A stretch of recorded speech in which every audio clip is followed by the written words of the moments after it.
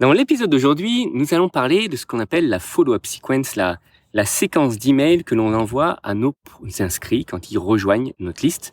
Il y a des méthodes bien précises et du coup aujourd'hui je vais détailler la méthode que j'ai suivie.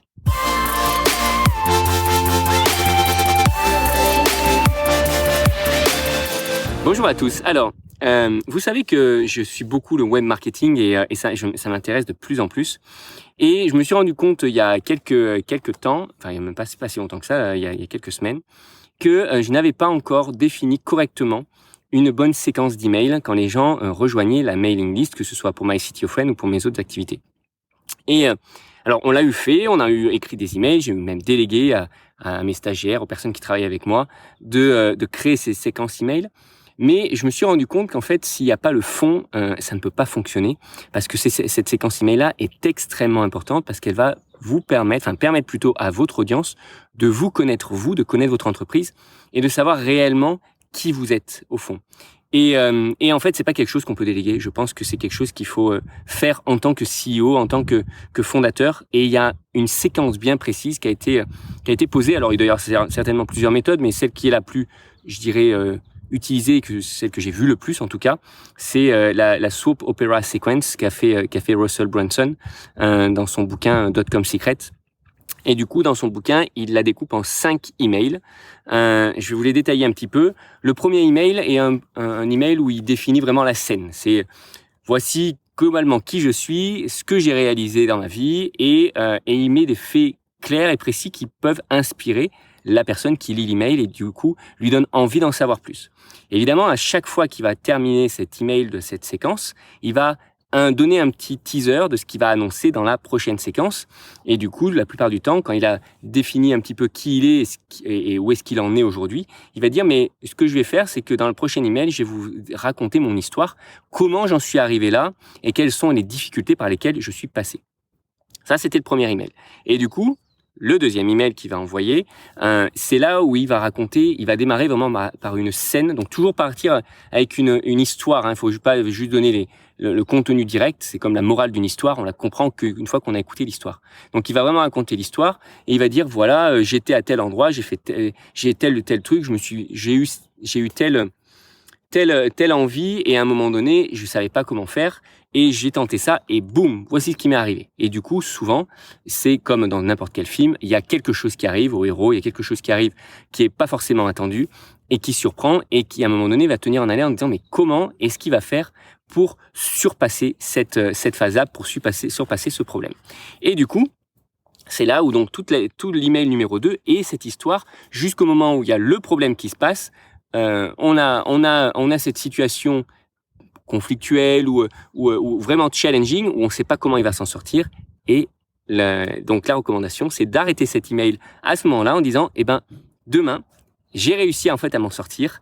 Et demain, dans l'email de demain, je vous dirai comment j'ai réussi à passer outre, comment j'ai réussi à surmonter cette étape et comment ça m'a permis d'arriver là où j'en suis aujourd'hui. Et souvent, il rajoute souvent un petit chiffre en disant, voilà, j'ai fait, j'en sais rien, X milliers d'utilisateurs, X, voilà, un petit chiffre qui permet de redonner envie de dire, tiens, comment il a atteint ce résultat? Le jour numéro 3, donc l'email numéro 3, lui est vraiment sur les révélations. Qu'est-ce qui a été la révélation qui a permis à cette personne, donc potentiellement à vous, de passer outre la difficulté qu'il a présentée dans l'email précédent. Et donc cette révélation, c'est un peu une épiphanie, c'est disant voilà, j'ai finalement compris ce que je cherchais depuis un moment et le résultat est le suivant. Et en fait, ce qui m'a manqué et ce que j'aurais aimé savoir et ce que j'aurais aimé faire et savoir faire, c'est telle chose. Et c'est justement ce savoir-faire qui m'a manqué. Et donc, du coup, c'est telle chose que je vous propose. Et généralement, c'est à partir de cet email numéro 3 qui commence à proposer quelle est finalement la proposition de valeur de ce qu'il fait au quotidien et qu'est-ce qu'il apporte et qu'est-ce qu'il peut offrir. Que ce soit un premier produit, que ce soit quelque chose de gratuit, que ce soit une formation gratuite, peu importe. Mais en tout cas, quelle est la proposition de valeur qui fait qu'on a envie que les utilisateurs aillent plus loin et aient envie de prendre ce quelque chose l'offre qu'il a à donner. Donc c'est à partir de ce jour numéro 3 qu'on propose cette offre. Ensuite, on va arriver en disant, à la fin du mail du jour numéro 3, donc on propose l'offre en disant « Mais attention, demain, je vous dirai, il y a encore bien d'autres bénéfices à connaître cette méthode-là, à savoir faire, je vous en dirai plus demain. » Et du coup, le lendemain, c'est là qu'on va annoncer tout ce qui est bénéfices cachés. Finalement, si on applique cette méthode, qu'est-ce que ça nous applique, qu'est-ce que ça nous apporte, et ainsi, finalement, pourquoi c'est aussi important que ça que la personne avance avec telle ou telle offre ou avec ce que l'on a à proposer. Donc toujours pareil, à partir du jour numéro 3, 4 et 5, on va mettre à la fin de l'email toujours le lien vers l'offre que on peut proposer. Et à la fin du quatrième, évidemment, on va inviter en disant allez-y, passez à l'action. Là, il n'y a pas forcément de teaser pour le dernier jour. Le teaser, c'est vraiment passer à l'action maintenant.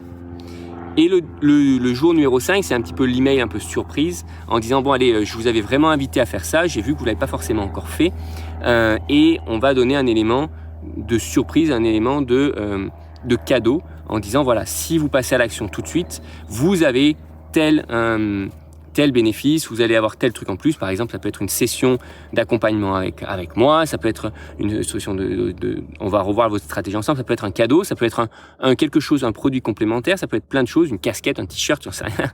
Mais en tout cas, le dernier jour, l'idée c'est si jamais vous passez à l'action aujourd'hui, avant, je sais pas, minuit ou quelque chose comme ça, eh ben, vous allez pouvoir obtenir ça ou ça. Voilà. Et là, cette séquence email, cette SWOT Opera Sequence, comme l'a appelé Russell Brunson, elle est méthodique, elle a été étudiée et elle est extrêmement efficace pour, même si la personne n'achète pas ce premier produit sur les 5 premiers jours, en tout cas établir qui vous êtes, d'où vous venez et ce que vous offrez. Et après, si vous pouvez ensuite continuer à envoyer vos emails réguliers, que ce soit quotidien, hebdomadaire, etc. Et ça permettra à cette personne-là de savoir toujours dans un petit coin de la tête, qu'est-ce que vous avez à offrir et comment vous pouvez l'aider, même si c'est plus tard, même si elle n'a pas pris l'offre alléchante que vous avez pu proposer dès cette première séquence. Voilà, c'était un petit peu mon retour d'expérience, mon analyse de cette méthode, la Soap Opera Sequence. Je vous invite très sincèrement à l'appliquer. Ça peut vous aider dans votre business, ça peut vous aider pour simplement être bien introduit aux nouveaux utilisateurs, parce que c'est très compliqué toujours de convertir de nouveaux utilisateurs et souvent on a tendance à rester sur ceux qui nous suivent depuis longtemps. Et il faut renouveler son audience et s'assurer que les personnes qui viennent s'inscrire sur votre site web, ils aient un message de bienvenue et qu'ils soient bien accueillis. Allez, sur ce, je vous souhaite une très bonne journée et je vous dis à très vite.